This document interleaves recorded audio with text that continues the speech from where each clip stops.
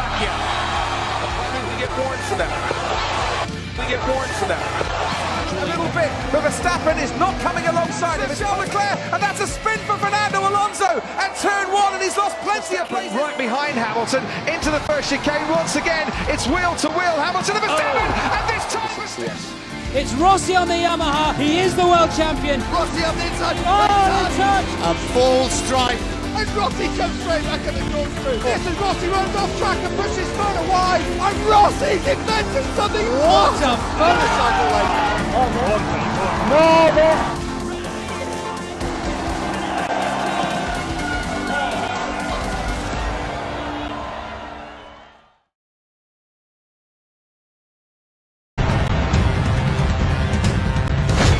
July 12, 1991. After establishing himself as the #1 contender in Europe, Lennox ventured to the States to start building a resume worthy of international respect. Here we go, round one scheduled for 10, and Weaver comes right at Lewis. Working the jab. Weaver said he doesn't want to box him, he's just too big for that. Oh, good right hand from Lewis. Crowd getting a little bit restless here as they see more of the same now. The crowd started to get on the young Brit's back, and in response, Lennox unleashed his first big right hand of the night. Oh, and Weaver's down. The right hand from Lennox Lewis. A stunning 6th-round knockout. I never got suckered into that. I took my time until he exposed himself, and then he exposed himself, and I ended it. For the first and last time of his entire career, Lennox entered the ring as a significant underdog when he met the murderous punching Canadian Donovan Razor Ruddock.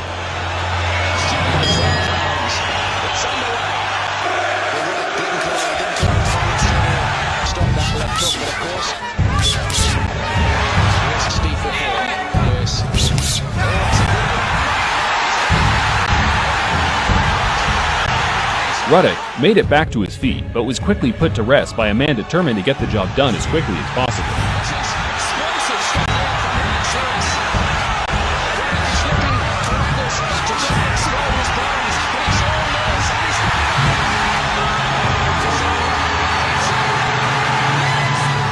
A huge statement, but nothing that surprised Lennox, as he explained in his post-fight interview. Watching hours of tape on Razor Ruddock, I realized that he kept his left hand low. And I just took advantage of that. He's never been in with a fast heavyweight that throws a natural right hand like myself. Hollywood stars were in the building as Lennox Lewis looked to certify his recent position as the WBC champion after being handed the belt due to political issues. Chess match ensues. Solid right. Doesn't get mad, and he's 6'5". They will nullify. Tucker, first time in his career. A perfectly timed right hand sent Tucker crashing to the canvas for the first time in his career. However, the former champ responded well, as in the 8th, Lennox absorbed more punishment than in all of his previous fights combined. Tony Tucker to the head of Lewis, and Lewis just standing there. The two slugged it out to the finish, where Lennox earned a unanimous decision in what was an excellent fight to build upon his already feared reputation. I give Tony Tucker enough respect because he's got a great chin, he's got guts. If that was Riddick Bowe would have been down on the ground. But Tony Tucker, he realized that this was his last chance, and I have to do more to cut it in the rough. 5 months later, Lennox was back in the UK to settle a score with the much-informed and darling of the nation, Frank Bruno. Vision at this point. You lose your vision with Lennox Lewis, you're going to get knocked out. Due to his core British roots, Bruno was the crowd favorite, which was evident as they went crazy for every punch he landed. The cut appeared against Williams. Good right hand by Bruno. Bruno has Lewis in serious trouble. Let's see if Lennox knows how to hold on. Over the first 4 rounds, Bruno boxed an immaculate fight, testing Lennox's chin to the best of his ability. Bruno pounding his fists together to jack himself up. Sometimes a double jab. What a waste a few times. That hurts him more now. Lennox remained unfazed by Bruno's spirited effort, as once the big man started gassing, he was forced to continue at Lennox's relentless pace, leaving huge gaps in his defense to exploit. Left hook. What a comeback by Lewis. It was a left hook that turned this around, and a frozen Frank Bruno is there taking punishment. And Mickey Van has gonna stop it? Bruno had a great chin and probably could have absorbed a dozen or more of those big bombs without going down. Mickey Van did the right thing by stopping it, of course, and Lewis gained a huge chunk of fans that he had been so desperate to have on board. Another big night of World Championship boxing took place on October 7, 1995, as the former world champion Tommy Morrison, now sporting a more mature look, tried to restore his position as the #1 contender. I think he will be a little leery of my power. Everybody is. I don't think I have the skill to outboxing. I got to fight my fight. It's simple. I fight my fight, I win. Lennox's reputation around the division was made pretty clear there by Morrison, interestingly claiming he couldn't compete with him in a pure boxing match. Since the McCall fight. Hard right hand by Tommy Morrison. I can tell you one more thing. With those right hands as he steps inside. You got to make it happen. Tell me you're high on me. You're high on me. I need you lower. To his credit, Morrison boxed well and threw some troubling shots for 3 rounds. After weathering yet another early storm, Lennox started piecing up Tommy with crisp jabs and overhand rights, inflicting heavy damage upon his right eye. Now he comes back to the jab. Say to the doctor, I've still got my left hook getting very close to a stoppage here. You get that sense. Down goes Morrison again, and I wonder if Mills has seen it up. That'll do it. A terrific performance by Lennox Lewis.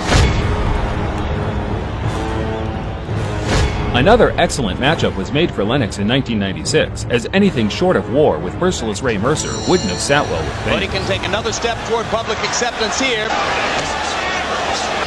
Hard to get in. Good combination by Lewis. Mercer momentarily stunned. War is what they wanted, and war is what they got. The fight had no narrative, no ups and downs. Both men just bludgeoned each other over the scheduled 10 rounds. Both men landed. For the winner on a split decision, Lennox. A split decision was awarded to the right man, with the cleaner work and eye-catching combos from Lewis being the overriding factor in what was an even contest as a whole. Because I hit him with some shots and I felt it in my hand, and he kept coming.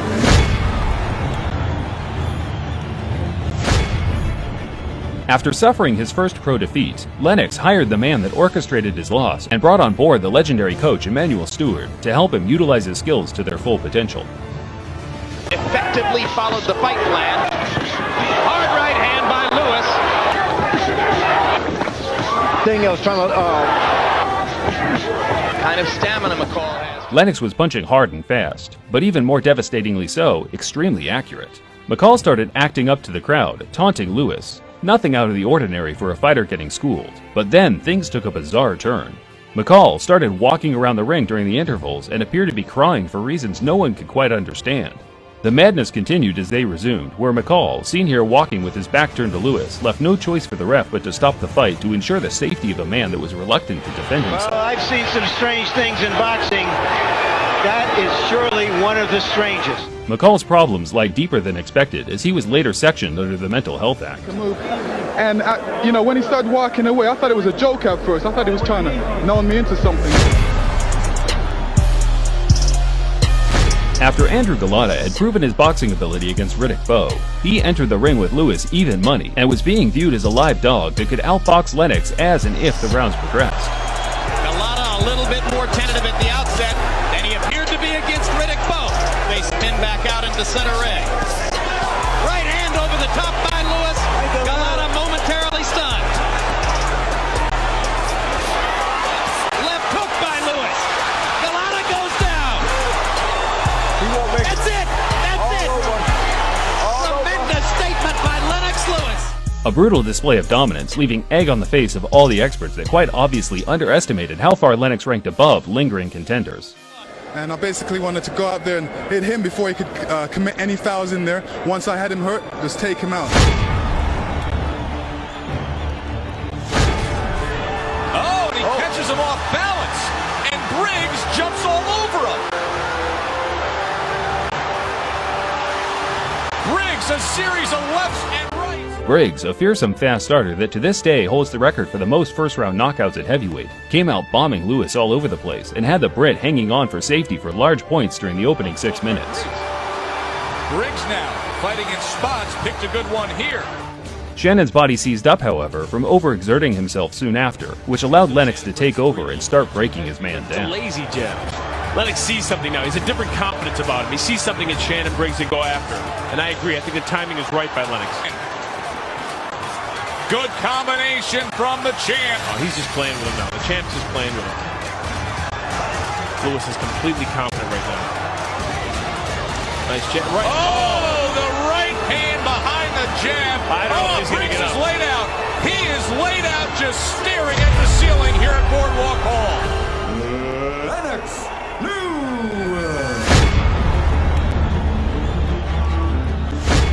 Lennox had another chance to right a wrong on November 13th, 1999, rematching the legendary Evander Holyfield after a scandalous draw a few months prior. Well, his gloves have come down a bit. He's hit by a right hand.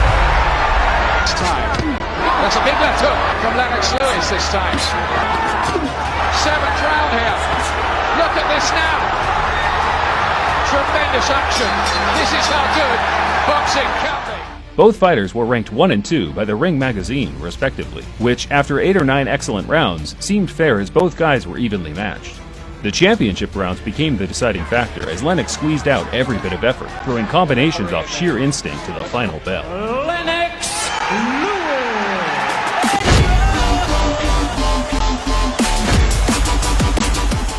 As Lennox performed his pre-fight war dance, his opponent, the undefeated American giant Michael Grant, seemed taken back by Lewis's calm demeanor. Early